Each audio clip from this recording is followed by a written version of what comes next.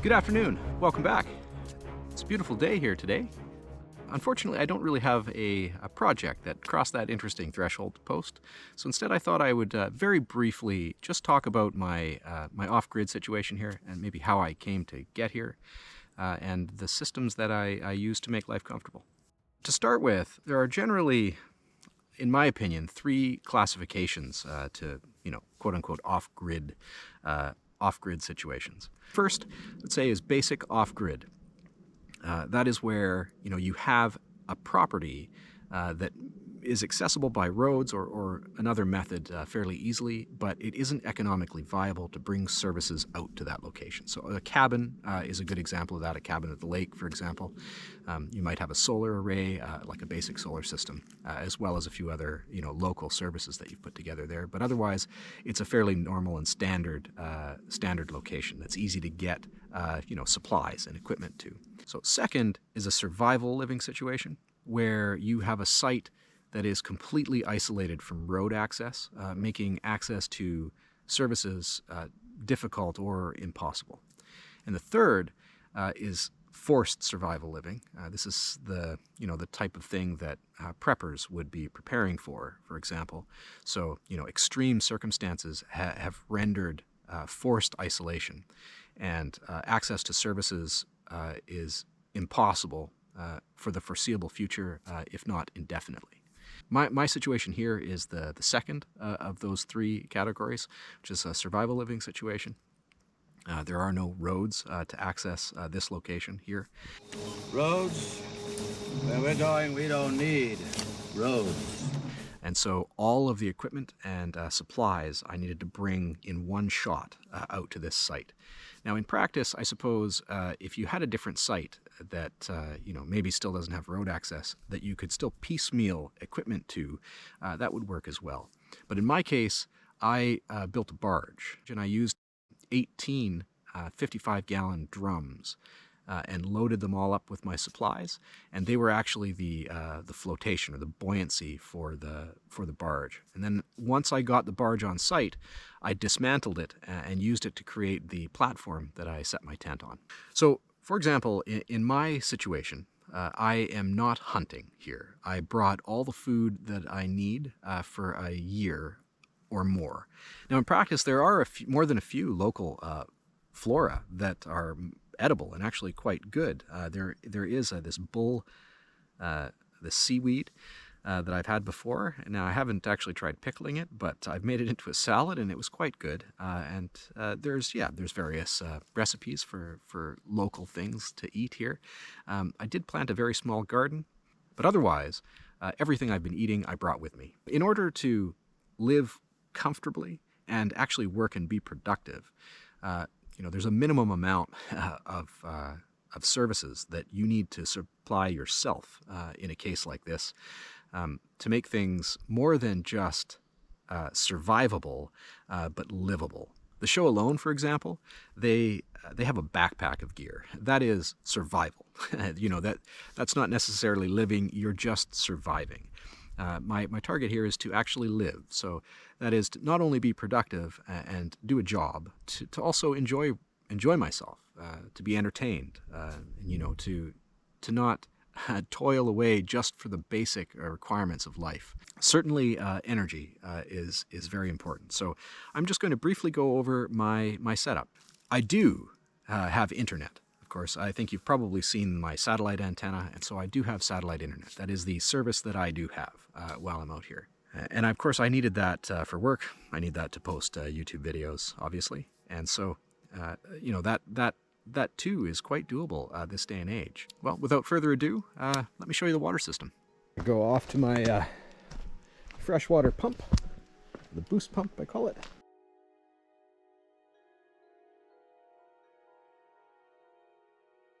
I've tested this water, the source water, directly with a test kit. I also have, you saw my lab, my basic lab set up in there, and so I was able to actually test it for heavy metal as well. Heavy metal, arsenic, as well as organic contaminants. And so, in fact, the water straight from the stream is potentially safe to drink. Now, the problem is that if you do that, you might be fine for a while until something changes, either the time of year, so that the water level, the rate of flow changes, and something is introduced into the stream that's bad for you, whether that be a mineral or bacteria. Say, an animal falls into the stream and perishes, then, potentially you've got some nasty bacteria that you'll drink. And if it's not clear, especially if you're in a survival living situation where, exiting or leaving could be a difficult prospect, certainly you don't want to risk getting ill from drinking water. So it's important, even if you have a clean water source like this, that you still treat the water. Originally I had an entire intake set up, and it's actually underneath this gravel here. Now, in practice, it ended up being more trouble than it was worth, and so I opted just to use this. I don't want to take it out of the water right now because I might lose my priming, but this copper pipe I just augmented with some very fine holes in them, and there is a copper mesh inside as well. Copper actually is a great material to use because it has a natural antimicrobial property to it. But so this is my pre-filter and intake. It has copper wool as well inside that tube. The water is drawn in from this intake here to my boost pump. One thing to bear in mind here is that this is temporary. I'm not going to be here for a really long term, so that's why things look temporary. There was no need to build a permanent structure or anything. So this is a standard RV, recreational vehicle diaphragm pump. Now I've got an input strainer here. In my tent, in the main tent there's a switch that allows me to toggle this pump on and off to fill that main water reservoir. Now, that's why this extra wiring here. And I had to put a local battery out there because I didn't want to waste my really good quality, expensive house wiring. What I opted to do instead was trickle charge this battery constantly, and then when I need water into the fresh water reservoir, the main amount of current comes from this local battery here. You'll see this line goes up to the main camp there. This is what's supplying the trickle charge current, as well as the switch to turn the pump off and on remotely. So again, these lines are just laid here. They were fine like this all winter long, although if you were planning on making a more permanent situation, you'd want to do something a little bit differently there. But once again, I'm not going to be out here for too much more than a year. I've removed the covering here. I usually have plastic covering this just to keep the tree debris out of the small holes that are accessible here. But this is the freshwater reservoir. This line is coming from the tent, the controller that I have in there.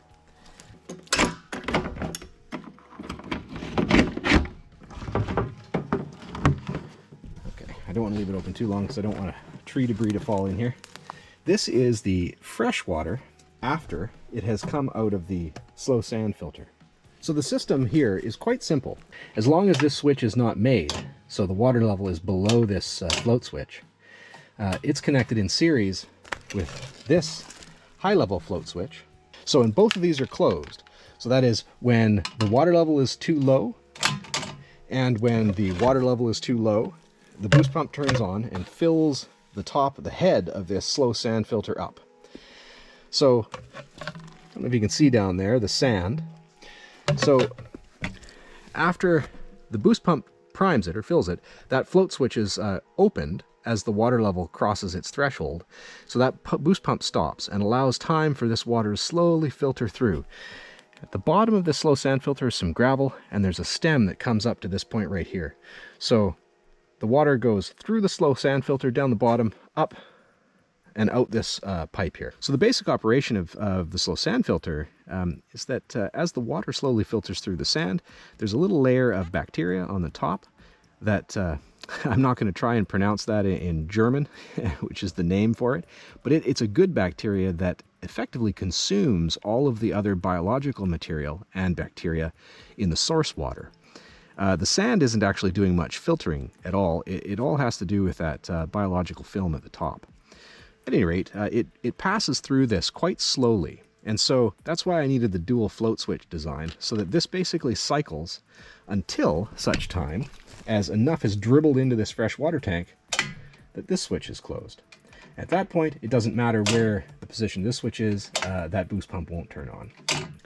Until I use water with the main pump that I'll show you in a moment, and this water level drops and the cycle begins again. So after a given filter cycle, so after this freshwater reservoir is full, what I've added then is some chlorine. So I'm being extra careful. Theoretically, this slow sand filter does an incredibly good job, and in a lot of places around the world, that's all they use, actually. After it goes into my main pressure pump, that system has water in it, and I want to be able to keep it clean. And so to keep things from growing in there, that's why I'm adding the chlorine. And for the interested, how I add chlorine is by way of sodium hypochlorite, or chlorine bleach. Just a very small amount. I'll put that in the description as well. And actually, I think even Clorox has a description. Generally speaking, at least from Clorox's website, I wouldn't recommend doing that unless you need to. You know, I use a very little bit of chlorine, even less than they recommend, because again, with the slow sand filter, I think it's more than clean enough. It's the main high pressure freshwater pump. So that actually provides a significant amount of pressure, freshwater, just residential level pressure, in fact. So I've got it set to 60 psi, which is, I believe, pretty close to standard residential pressure. And you'll notice that there's no delay. It's not like a pump has to kick on. If I leave that on long enough, we're close to this pump here, it'll kick on in a second.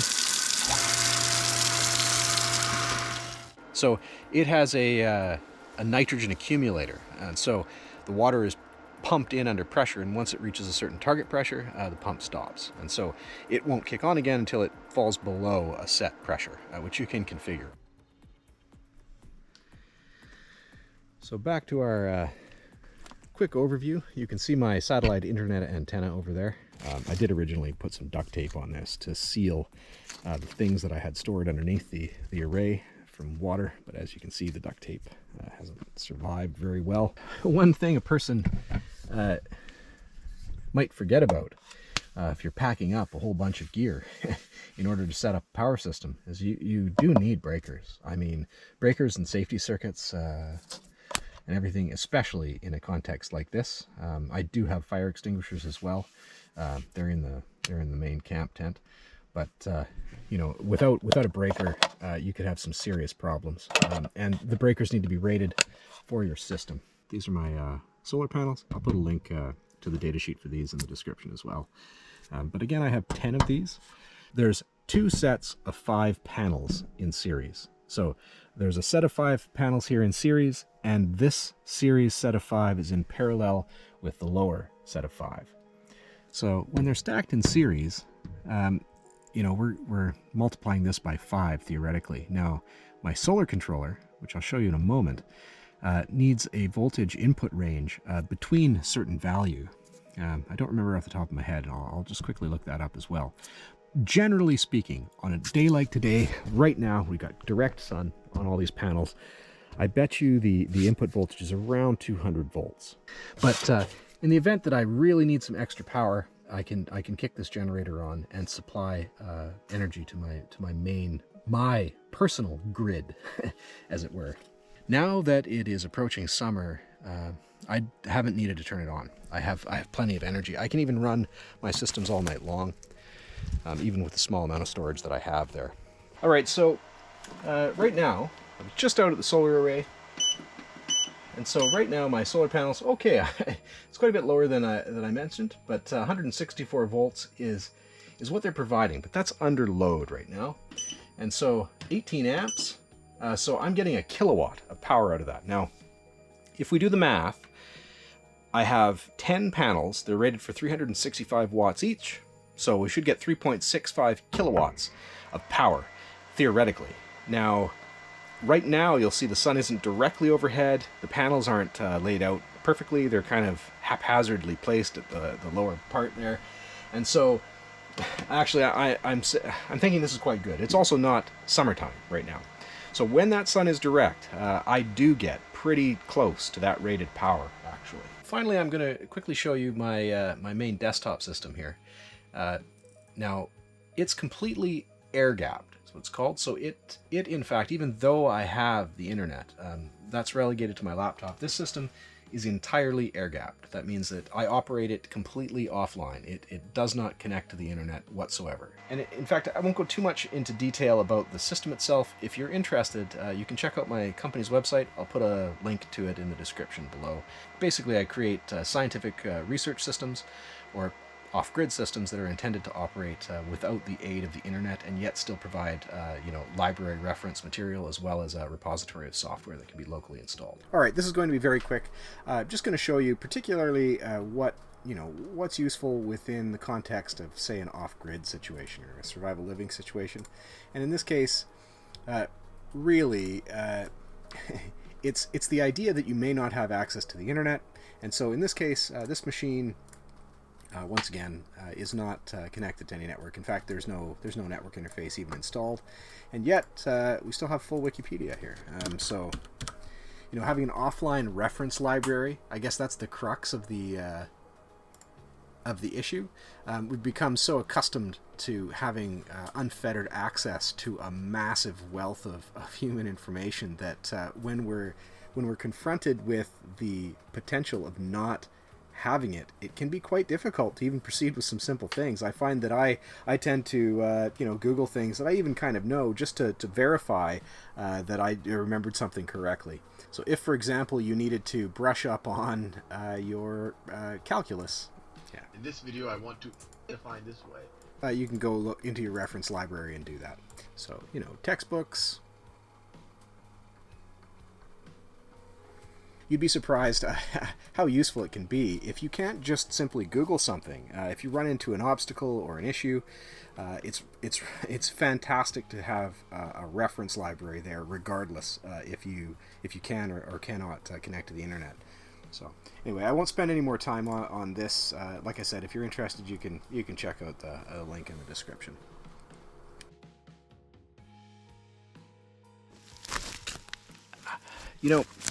Finally, there's one more thing. There's one more thing that I think is a requirement in order to actually live comfortably in a survival living situation, and that is a skill set. I've often heard jack of all trades used almost pejoratively to describe someone who's not particularly good at any one thing. And frankly, I find that quite short-sighted. I mean, we can all agree that there's many cases where the total is greater than the sum of its parts. And people are one good example of that. There's absolutely nothing wrong with being a jack of all trades, master of at least one. And it allows you to have a great deal of personal agency, which is, as far as I'm concerned, a requirement. In my experience, being a jack of all trades is a prerequisite to mastery of survival living.